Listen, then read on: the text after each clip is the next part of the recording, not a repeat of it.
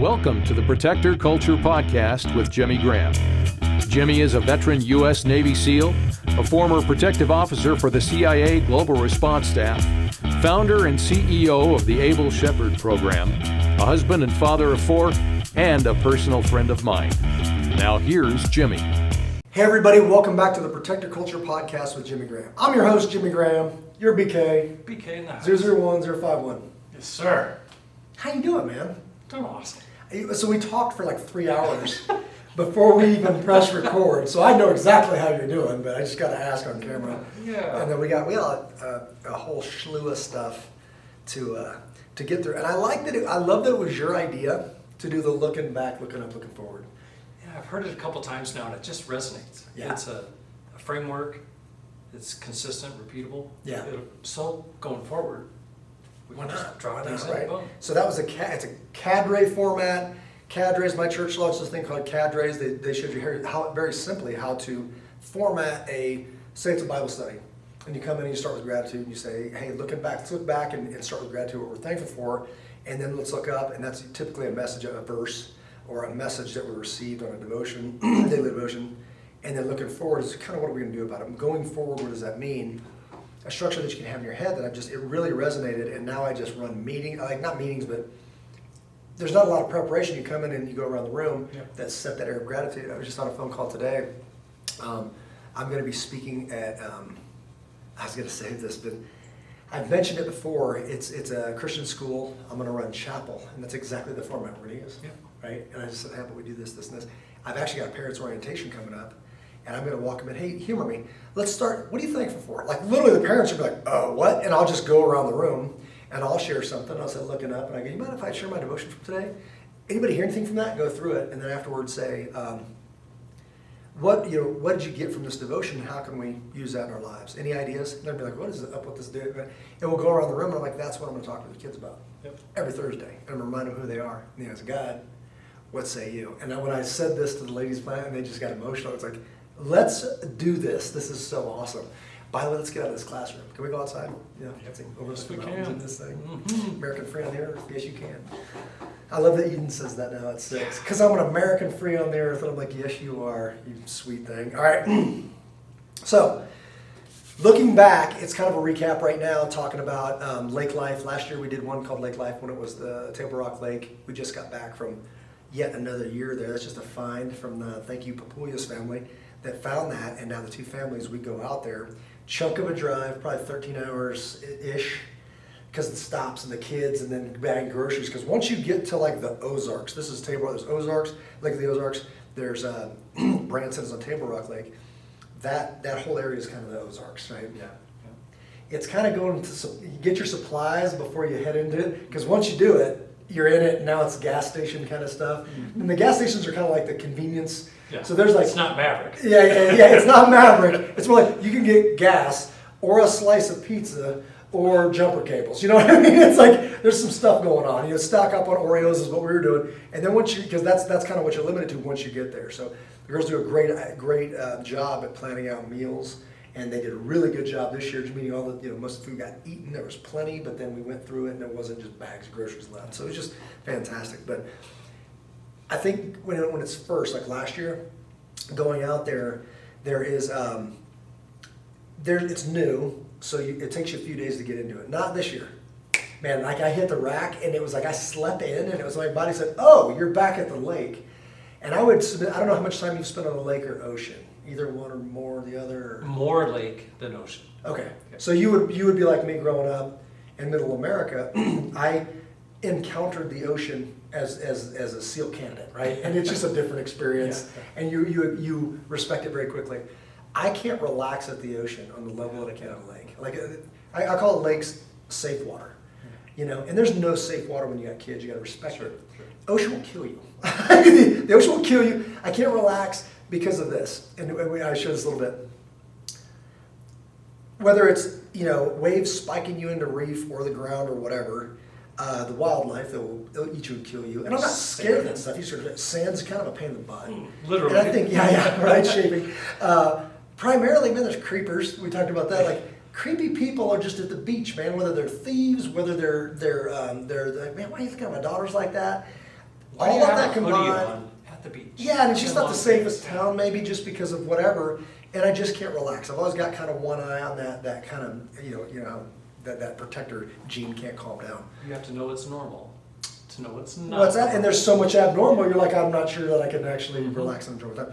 The lake's different because now it's typically we get a VRBO or Airbnb, whatever it is that they found, and now it's 2 families.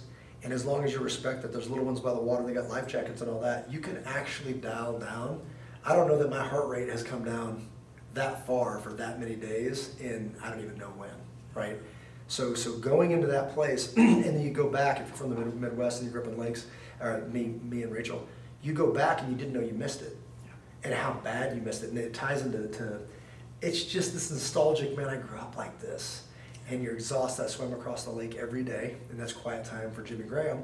And at one point, pulling the kids on a mat, now it's the muscle workout, and then my body was just craving it and not turning around to pool all the time.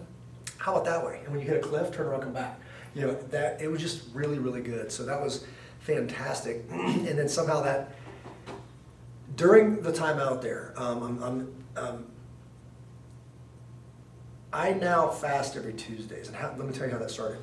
21-day fast that my church does. It's communal fast. I've done it for 2 years now, and it's been amazing. In January. It's typically in January to kick off the year, and it's just a great time. It's not like January 1st. It's like get into, by the time everybody's... Get past your birthday and your steak dinner. Yeah. Well, no, it's the church does it. So I think it's more like, let's not start January 1st.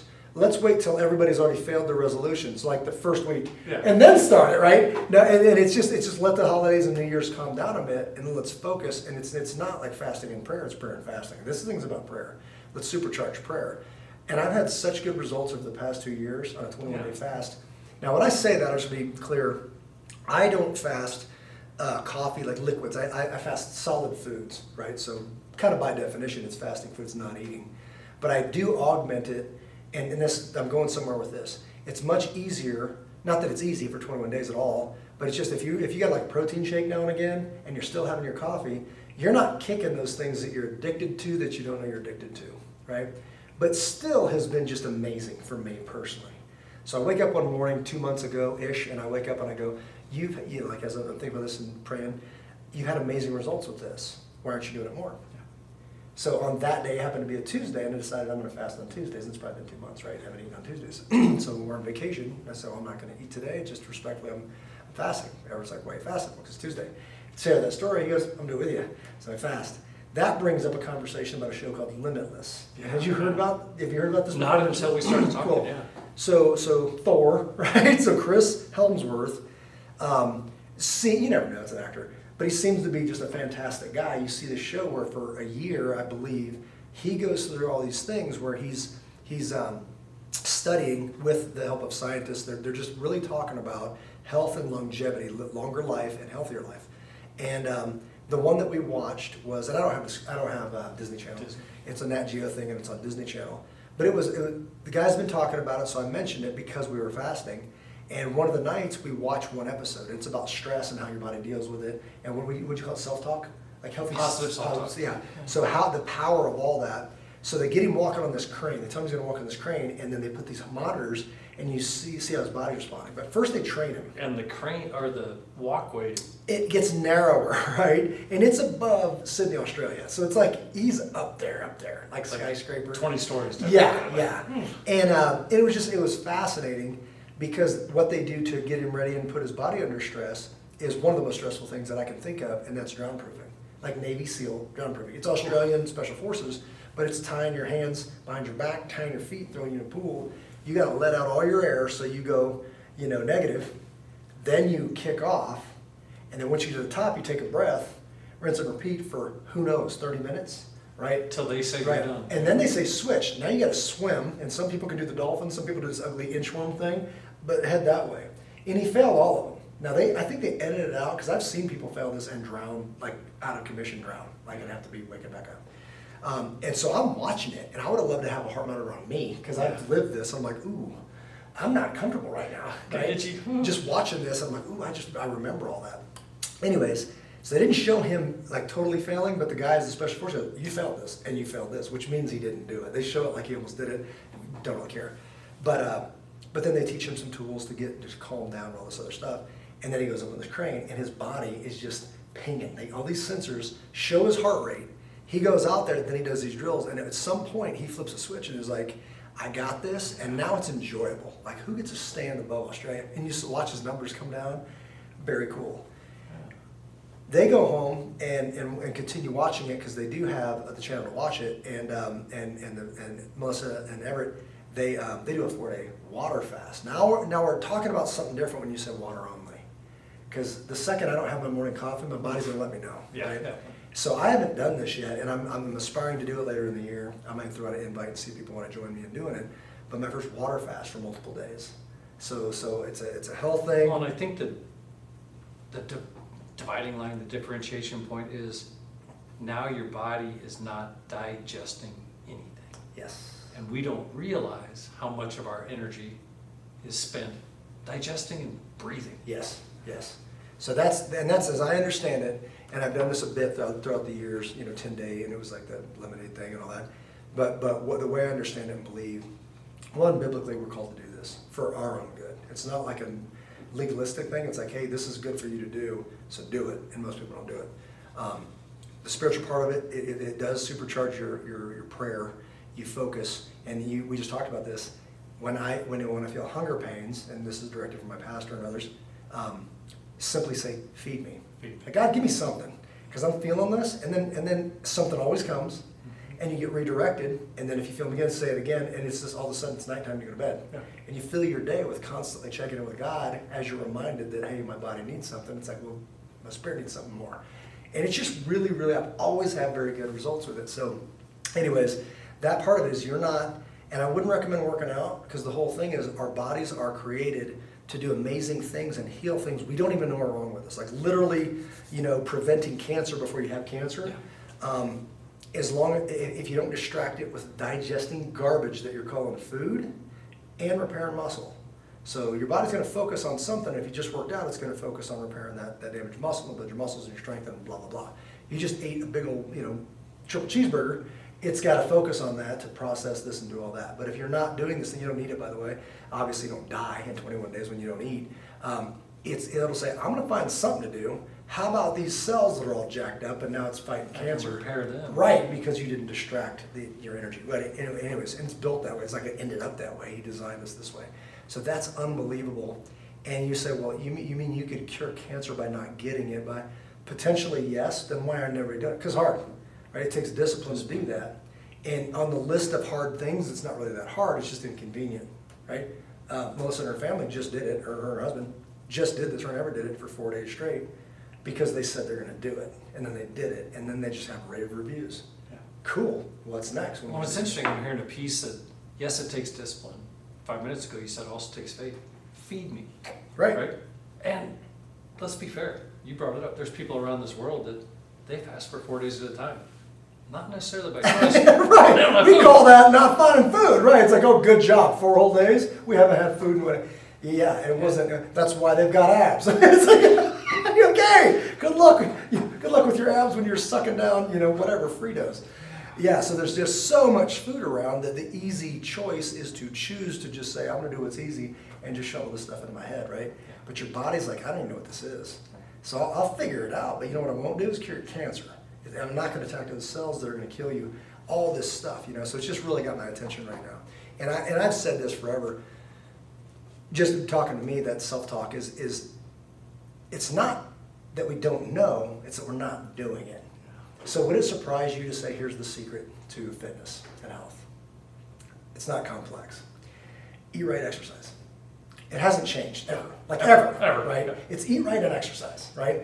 And you go, yeah, I get that, but there's a pill out. You're like, cool, man, take whatever you want, American Free on the Earth. You can go do whatever you want. It's still eat right and exercise. And I got a buddy, what's up, Chad? He would say this all the time, so it jumped out of my head. What do you say? You can't out-train a bad diet. Nope. I believe that to be true, right? It's not like this extra stuff I've got going on because I'm so disciplined, it just keeps showing up. I know exactly where it comes from, right? Taco Tuesday is where it comes from. So that's the stuff that we need to be honest and say, hey, are you eating right? No. Are you exercising? No. That's why you're carrying extra weight. So I don't feel good in your energy and blah, blah, blah. So anyways, I would recommend checking that out. I haven't finished it yet, but I've heard excellent things about Limitless on the Disney. It's a Nat Geo, but you can get it on the Disney Channel. That I'm not a big fan of Disney. I just really want to watch it on the way out. But it's Chris Helmsworth's special called Limitless. And a lot of, this came up in conversation earlier today, was some of those actors, you're like, man, I could see myself hanging out with this dude, It's relatable. that kind of thing. Keanu Reeves is another guy that my buddy Jason brought up today. And other guys, they're like, well, you say, well, the part he played was awesome, but then you find that the guy's just a total jackwagon, and you're like, yeah, that's unfortunate. But it doesn't come across that way, so I don't know. But that's kind of cool. I might get in trouble for this one. Family boundaries. Uh-oh.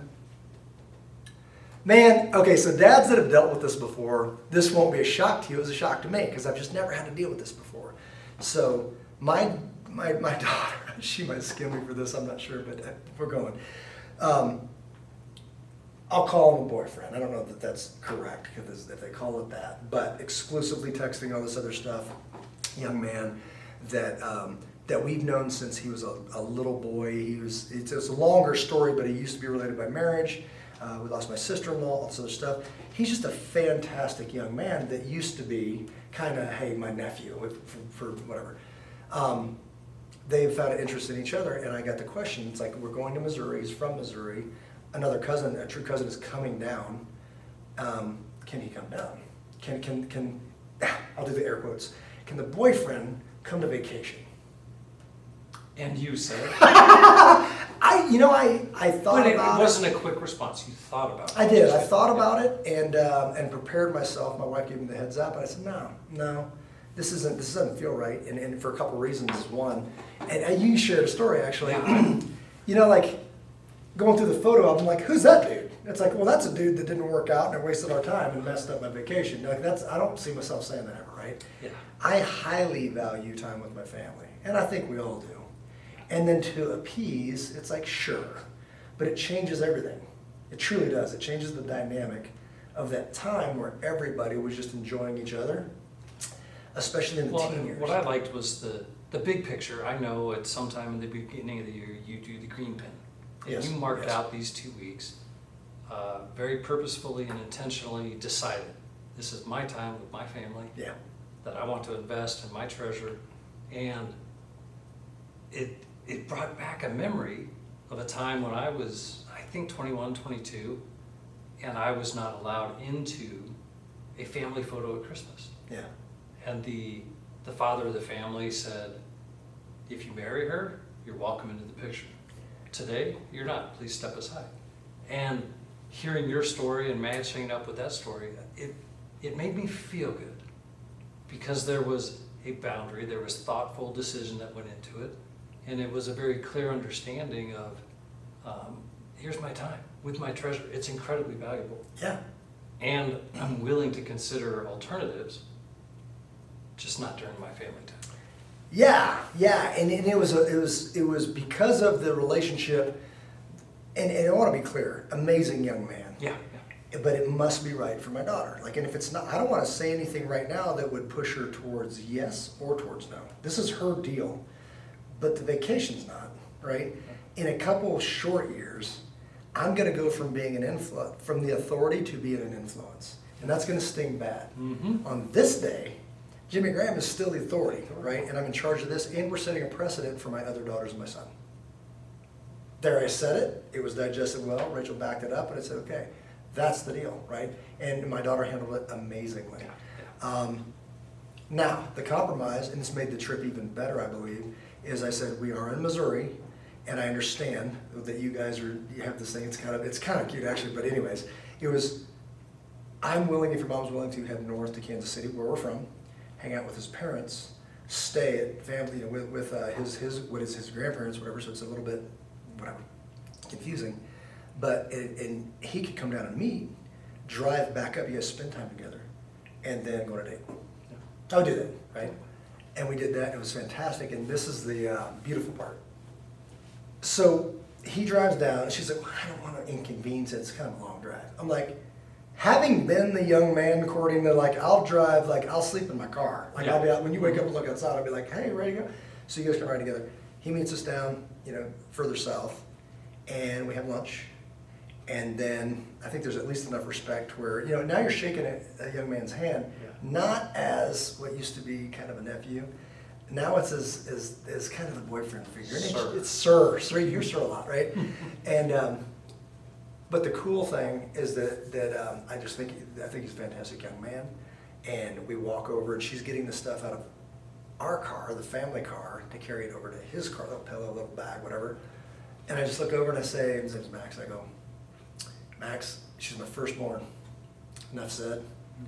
Yes, sir. Right? Ready, break. Off we go.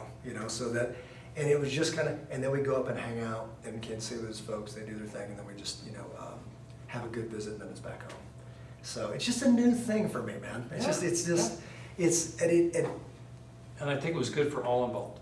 It was. Yeah. Yeah. Boundaries are good. Boundaries are good. Boundaries are very good. Awesome. So let's see. Now, past 72 hours, we're still looking back. And man, I can't believe what I get to do. I can't believe how God keeps serving this stuff up. So just my past 72 hours. So this, let's see, I guess we're a little past out on Tuesday, but I was fasting on Tuesday. So that turned into closer to, did my fasting, and then I said, I just don't like being behind. And I really can't focus. I really think I have ADD, and I need to get clinically diagnosed, because I understand now that it's a relatively simple thing, but it would make a lot of sense. Anyways, I'm really behind on the book, on reviewing these chapters, and I'm having to make a lot of significant changes. So I'm kind of rewriting. It's not from zero, but I'm kind of rewriting as we go, and it just takes me a long time, and I can't focus. So I literally rent a hotel room. I get a hotel room. And it is kind of like it's a cheap one, in Castle Rock, but I just need to lock the door, sit in here. And I was like, you know what, I'm going to continue into Wednesday, and I'm not finishing. I'm not going to eat until I'm caught up. Done. And I'm talking many chapters, right? So I go in there, I turn 16 chapters. Get off the phone, and I just focus. And I write all night till probably midnight. Rack out, wake up at 4:30, just natural, just wake up before my alarm, and I just get right back to it. And I finish. And it's fantastic when you're doing something like that. Prayer, fasting, and now you're asking and hearing, and now you're capturing it. So I'm excited to see kind of what comes out, because it is kind of all a blur. Well, that leads right into 4th of July, and we go to the neighbor's house, and I posted something today about this. It was just a unique experience, because every year those dates get heavier for me, right? And it's a beautiful thing. There's some of it's a little bit sad, but not. I don't want to dwell on that. Somebody had sent me a John Adams some letters about talking about celebrating independence, and there should be guns and fireworks and parades and all this other stuff, and I circled it and sent it to the team. But now I'm over at my buddy's house. I just a guy that I really respect, and it's mutual, and his family. Those families you trust with your kids. And that's, man, I can't. There's no way I could communicate the weight of what I just said through this media. You trust them with your children, right?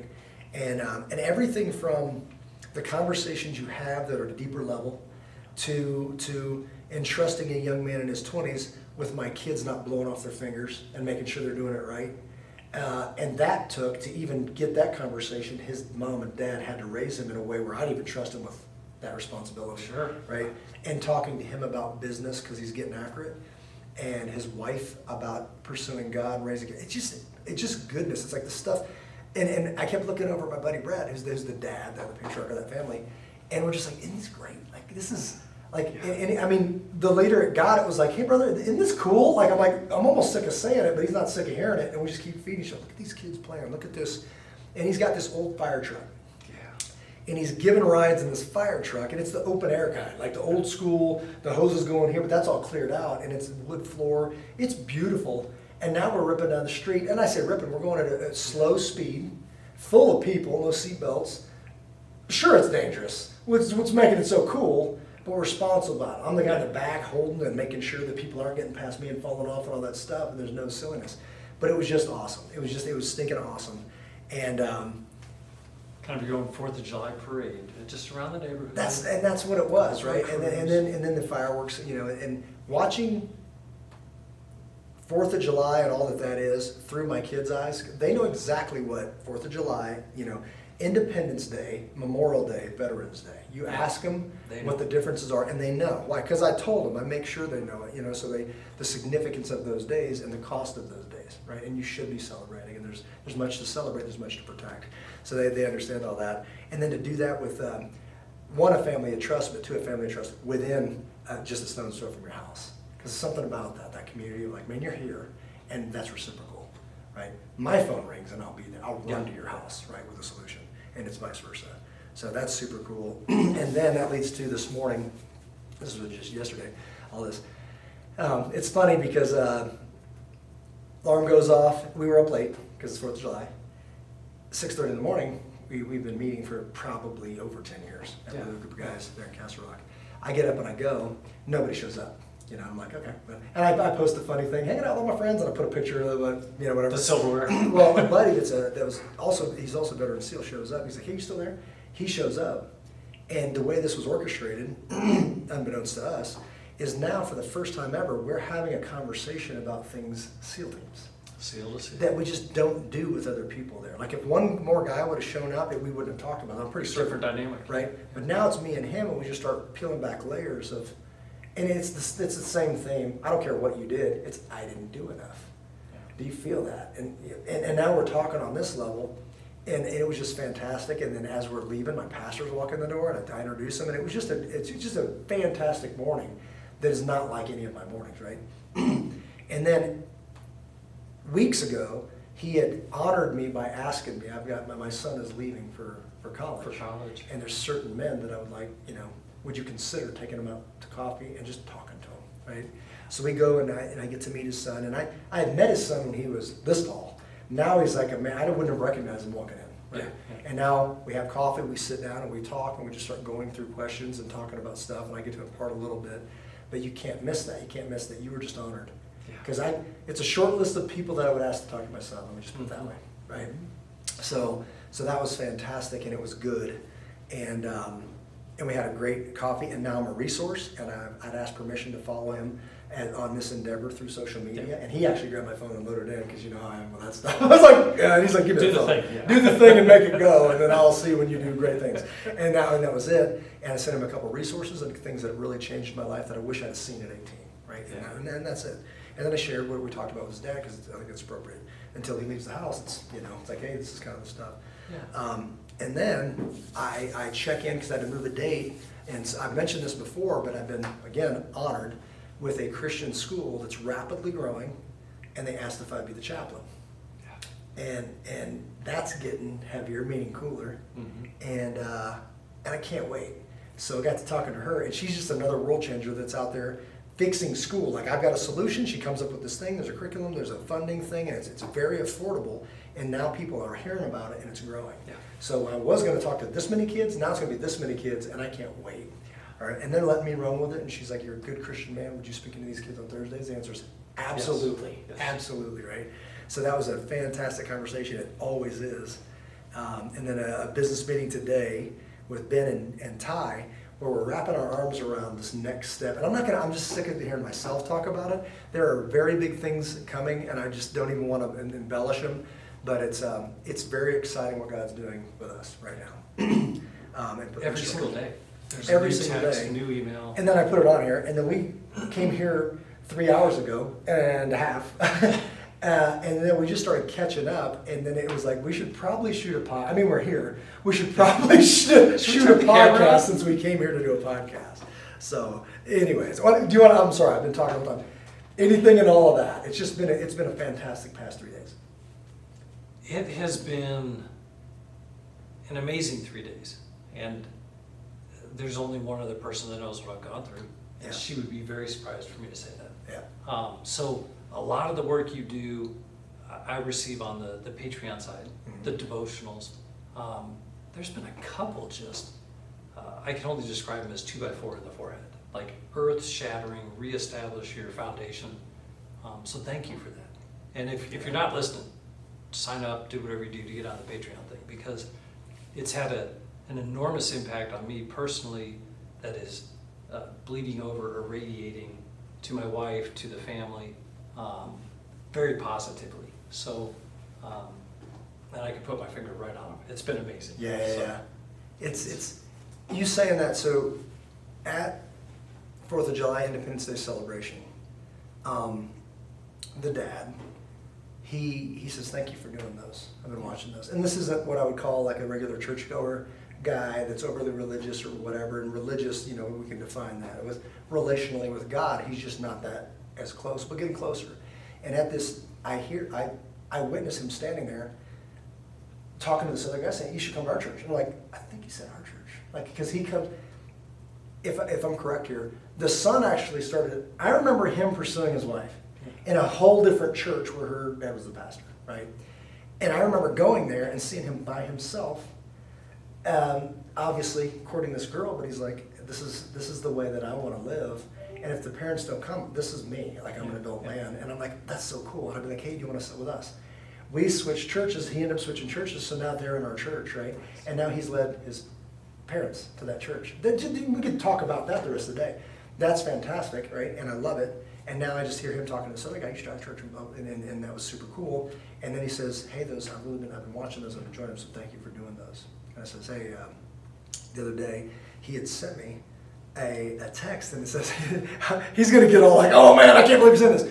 He sent me a text that said, you are loved. And then it said some encouraging words, checking out the things. And I'm like, that's cool. Thanks, man. Love you too, brother. But I didn't get what he meant, right? So last night he says, yeah, I mean, you did it for me, and I just wanted to return that. I'm like, what's he talking about? And he goes, yeah, that meant so much. On Christmas he came, and just we had gone through, it was packed, and we were over here, and they didn't have room, we couldn't see. We ended up moving to the balcony, and now we're here, and I look down, and it's him and his family. I'm like, hey, brother, what's going on? And I got my brother-in-law, and that's just a different relationship. We'll just leave it at that. But it was like, I know what's coming because I know my pastor. And I know he's going to finish saying, you are loved. So as he wraps up this amazing Christmas message where, and it's not like touchy-feely Christmas. It's like, man, you died now, you want to hell. Merry Christmas. It's like, and I'm like, I love it. Like, we are too far down this road. Like, we are in battle mode. And if you're giving a soft Christmas thing, you're going to have to account for that. So he says, I got to count to my maker that I had a packed house and I didn't say this, so I'm saying it. And I love him for it. But as it comes, I just do this. I simply hand on my brother-in-law's shoulder, hand on Brett's, and I squeeze 3 times. You are loved. And he looks up and he's breaking, right? But I had no idea what that meant to him that day. He told me last night. And he said, me texting you back was returning because of something I posted that I was struggling with. And he posted, you are loved. And I'm like, bro, that doesn't get much better than that, on a day that's very significant to me. So fantastic. And then I get to share with him that, hey, your son texted me the other day and said thank you for these, and he's been following. I really needed that, and that was cool. And we shared some stories on that, and it was it was fantastic. So good stuff. Yes, it is. And you can't make that up. Like, I've done on this same this devotional book for at least 2, maybe 3 years, and it's nothing like last year. No. It's the same words, but it's not the same words, right? It's like, oh my goodness. 1, the verse, because that's the living word of God, and 2, even that commentary. Like, I'm sharing with a young man today that I was meeting with, and we were talking about this. Yesterday, and it was it was today. I explained what a commentary was, because he was like, "It's very hard for me to read." Well, do you know what a trusted commentary is? Somebody you trust, and they comment on what the Bible said to them. Would you be able to digest that? So now I sent him us doing that.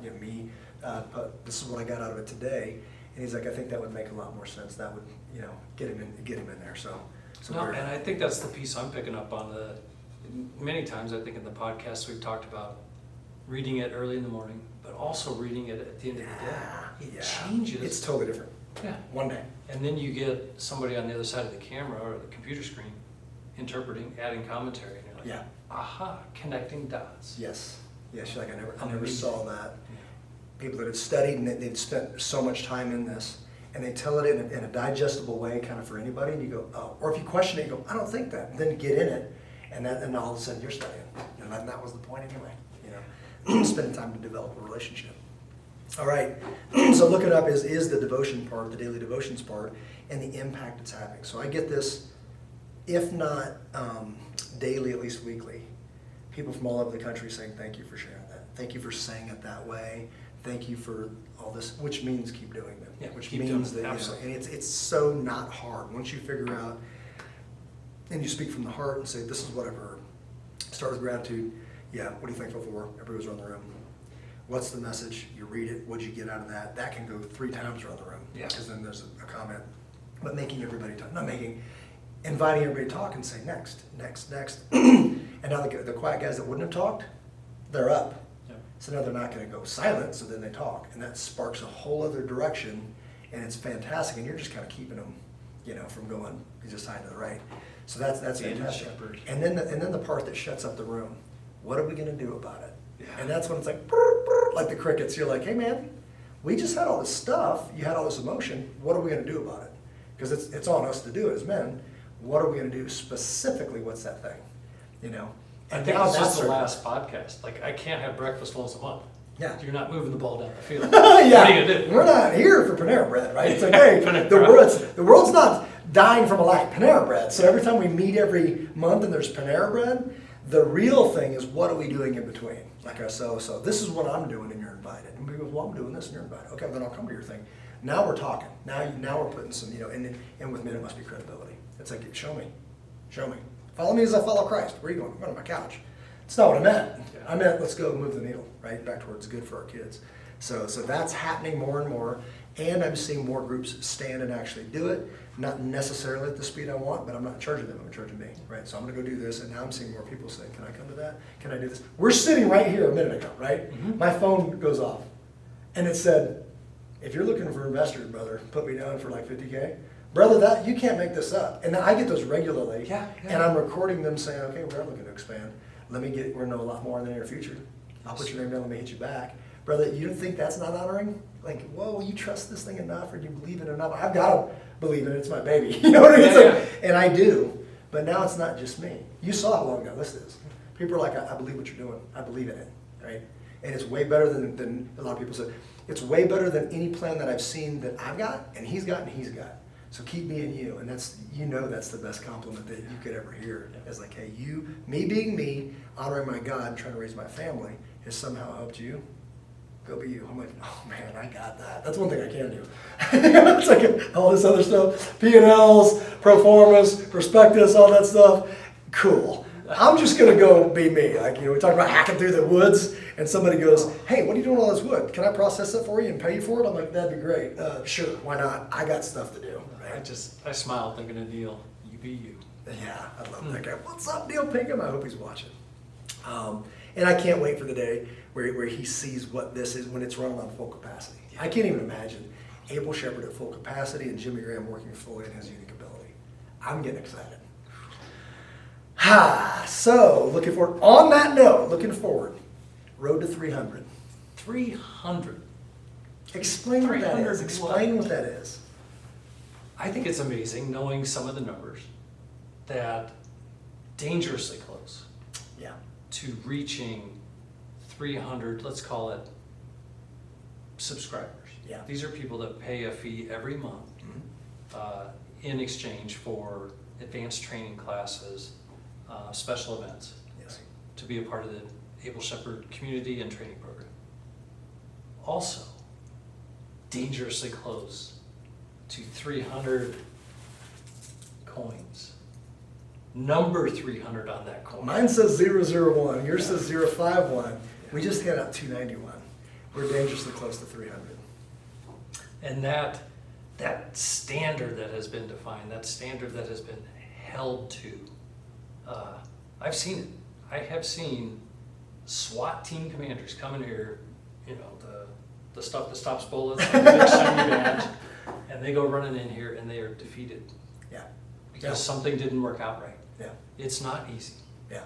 It is, not only a standard that they're held to, but they're evaluated against, and it is for every individual that wants to earn and maintain that coin. Including Because- staff. Including the And founder and CEO. It's never let up. The standard is never let No, up. and I think that's a testament to some of the founding principles, right? Uniform, safe, accurate, like anybody Yeah. in that group of 291, you can tap them on the shoulder, you go. Yeah. And you're gonna expect it to look the same, move the same.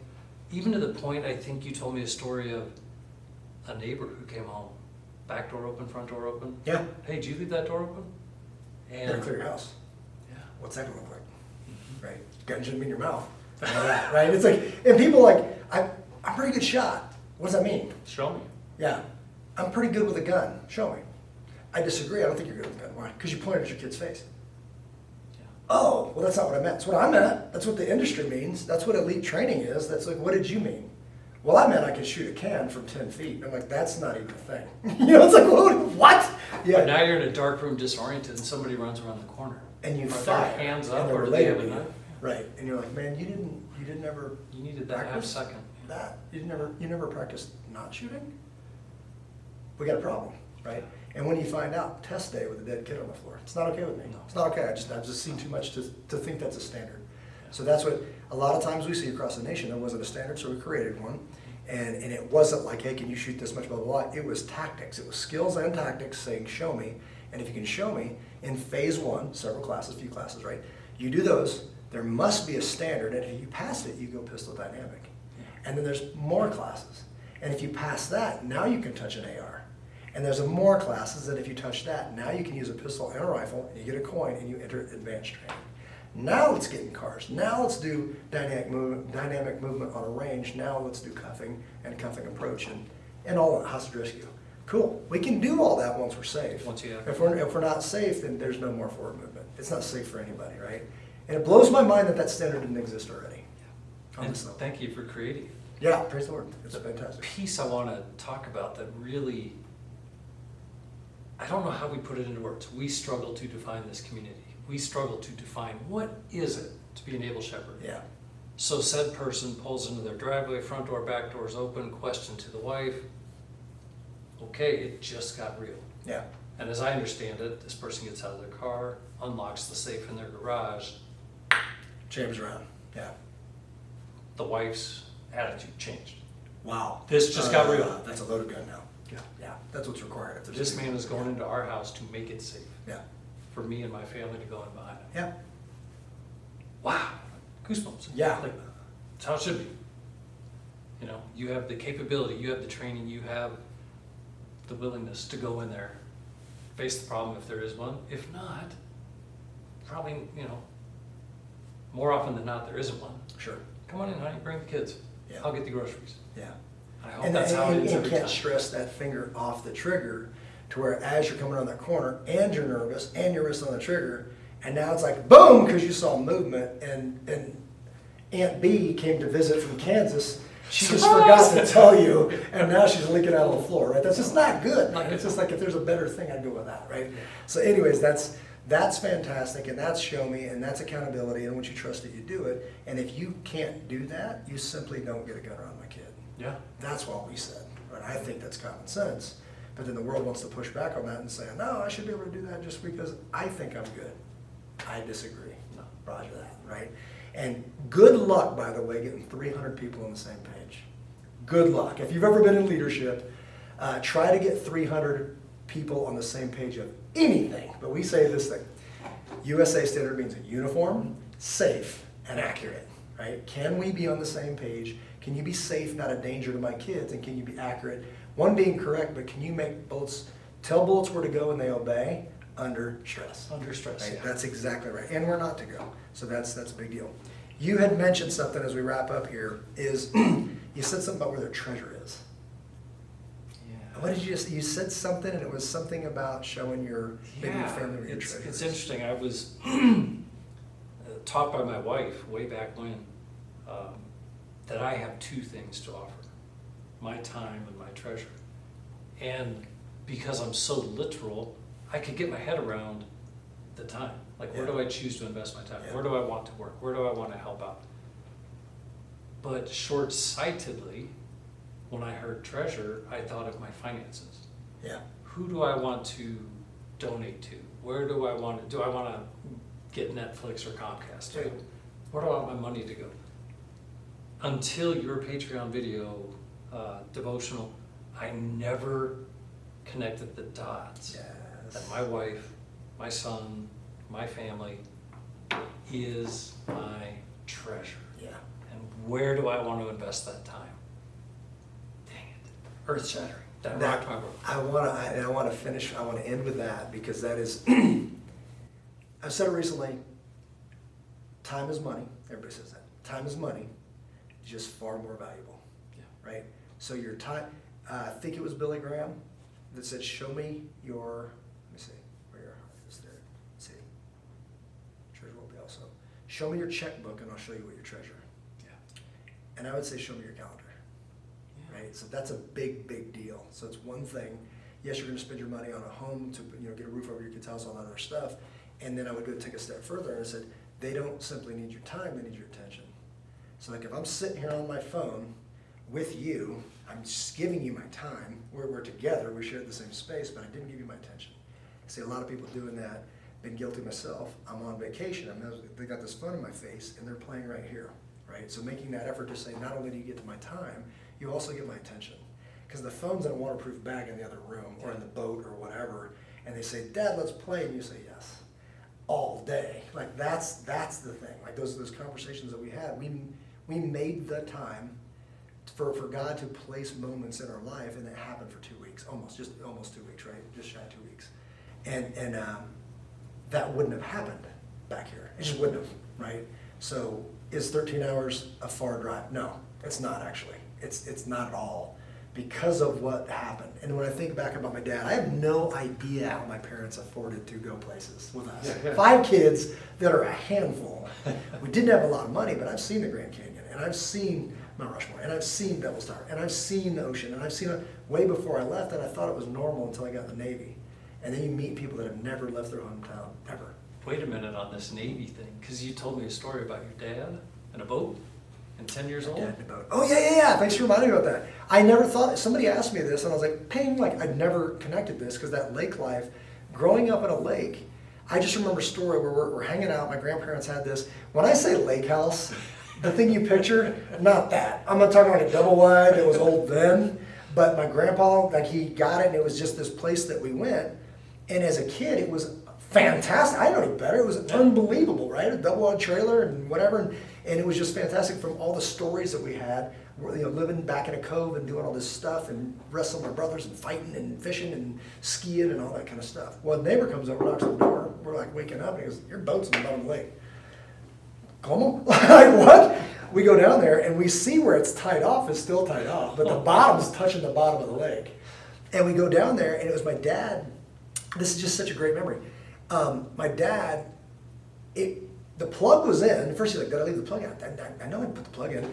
There was some kind of break in a seal within the engine housing and maybe whatever, a gasket or something, where all night it was just too much, and then once it gets to here, it's just gone, right? So he needs to go down, pull the plug, tie the back off, lift it up with those come-alongs like this, right, on a rafter. We need to get it up to just here so we can start bailing and then keep going. It's going to be a long day, right?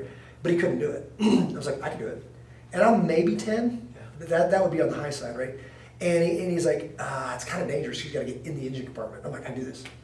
And he's like, I got it. He's like looking like, you can see him weighing it. Like, I don't know what to do here. So he's like, okay, be careful. So I go down there, and it's dark, and I go down there and I get that plug out. I come back and give it to him. It's like, now we need to tie this rope up. And I go do it again, right? And somebody goes, is that what made you become a SEAL? And I never thought. I go, nah, it's probably just whatever. But then later. Yeah. I don't know, because it was such a validation as a young boy. There's a thing my dad couldn't do, and I was the solution, and he needed me, and I showed up, right? Because I don't know why I picked the SEAL teams, right? Because a lot of people don't know this. I enlisted in the Marine Corps first, and then, because my brother did, and that was just kind of like, well, my brother did, right? And then I got in much trouble, and they released me, and I was going to re-enlist, and then I went and talked to everybody. And for some reason, I knew it was a challenge. I didn't know much about the SEAL teams, but I said something about water. I just really love water. I'm attracted to water, and I want to do more of that and all that stuff. And maybe that did ping in there sometime, because you just never know the weight of those moments, and guns and explosives and water. Where did water come from? And I bet it was the lake. Those memories from Lake of the Ozarks, doing things like that, tied with all that other stuff, got me really excited. And then here we are, right? So very, very cool. Thanks for reminding me of that. Yeah, very cool. And I can see that my son too. He'd be like, yeah, let's do this. And he was out there, seeing him putting masks on. There's these muscles out there that become a nuisance. There's so many. He's diving down and grabbing them. They're just doing all this stuff. And he tans up like when I was a kid. He just gets darker. He doesn't burn, he gets darker. I'm just laughing about Christian solving a problem in a lake, that it always involves a propane torch. Yeah, but man, I love it. I love it. Like 4th of July, my buddy, Brett Jr., he hands him this he's in landscaping construction, all that stuff. So these things are everywhere, right? And it's a pull trigger, and Christian lights up, and he's just like, oh my, and he changes, like his demeanor changes, like he's just like, oh, and I go, do you like that thing? And he goes, yeah, Dad. And like he looks at me like, it makes me feel powerful. And I was like, oh, I love that statement. Like you're handling a dangerous thing and you're under self-control and you're just watching it and he's helping and he's doing all that stuff. He's doing an excellent job, but it makes me feel powerful. And I'm like, roger that. I know how that feels, by the way, because I'm attracted to fire myself. I bet that his mom's like, quit playing in the fire. I'm like, honey, don't even try. He's never going to grow out of it. Never going to grow out of playing in the fire, right? Hopefully it's responsible, but if he wasn't there doing it, the only thing cooler than playing in the fire is watching your son play in the fire. Yeah. That's it. That's why you give it up. You're like, oh, why'd you take my fire stick? You're like, you know what? Keep the fire stick. Like, I know I made it. I like playing in the fire, but I'd rather watch you play in the fire. Yeah. Right? It's so good. Cool. And then the treasure. Back to the treasure thing. I challenged my group, my risers group, at 6:30 in the morning. Meet every other Friday down south at a ranch, south of Castle Rock. And this came up. And because of that devotion that you read, it came up and we talked about it. And I challenged them to call their treasures their treasures. Like when I read that probably a couple years ago, I went home and I started calling them my treasures, because they are. Yeah. What does your dad treasure? My bet is that my kids would say, me. Why do you say that? Because he actually calls me treasure. Like he says, good night, my treasure. How are you, my treasures? I miss you, my treasure, like all that. And even my wife, and she didn't receive it as well because she thinks that I'm like, I don't care, my treasure, I'm treasure me. Good night, my treasure. I love you, my treasure, right? Truer words have never been spoken, right? They mean so much more to me than money, right? I don't know what most men wouldn't do for their families. Yeah. And explain that, like there's these, if you didn't understand this, like, whatever, looking at, human beings as if you'd never seen them, why would this one move mountains and cross oceans and do that just to be with them? It's like, because it's his treasure. Like I picked them forever, right? So if I couldn't find them, the rest of my life would be looking for them, right? Yeah. That's my treasure. And it's fantastic. And they need to know it. And some of the guys in the room said, I said, did they know it? And they're like, I don't know. I'm like, how would they know it if you didn't tell them? If you didn't teach them? Like honestly, genuinely tell you, you are the most important thing in my life. And do it regularly, right? Because I need them to know it. Yeah, man. Good stuff. All right, guys. So we had talked about, he'd mentioned Patreon. So on Patreon, a lot of people don't know what that is. Look up the app. Please, consider. One of the ways that we're doing is kind of a backup plan as insurance policy. If you see this on Facebook and YouTube and all that kind of stuff, there's a lot of things getting censored out there. I do my devotions on Facebook as well, but we have been blocked from Facebook until something was corrected or they just warned us or something because I said something that's in line with my faith or about guns or whatever. That's not happening on Patreon. So we do the same content over on Patreon, meaning if you hit the notifications, it's free. They're gonna pop up to your phone, and now you can follow us almost daily, not every day, but going on there and just tracking on what we're putting out. It's the most direct communication that we have. Doesn't seem to be getting censored by this whole woke agenda, because I'm not playing that stuff. We get challenged by woke, we double down. Period. And I highly recommend you do too. So stand your ground, know what you stand for.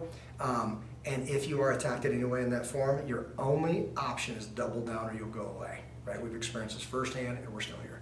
So, final words, my brother. What a great day. Thank you. This has been a fun one. This has been a fun one. This has been a fun one because it was how many? What is it? An hour and a half? Not even. Hour? This episode? Yeah. No, not even an hour. But it took us 5. Yeah. Pretty awesome. Pretty awesome. Extra credit. Cheers, my brother. Appreciate you. Love you, brother. Love you guys. God bless each and every one of you. Take care of one another. Hey everybody, thanks for joining us again for another episode. Please be sure to follow us and support us on all of the social media. That's Facebook, YouTube, LinkedIn, Instagram. All of that starts by visiting ableshepherd.com.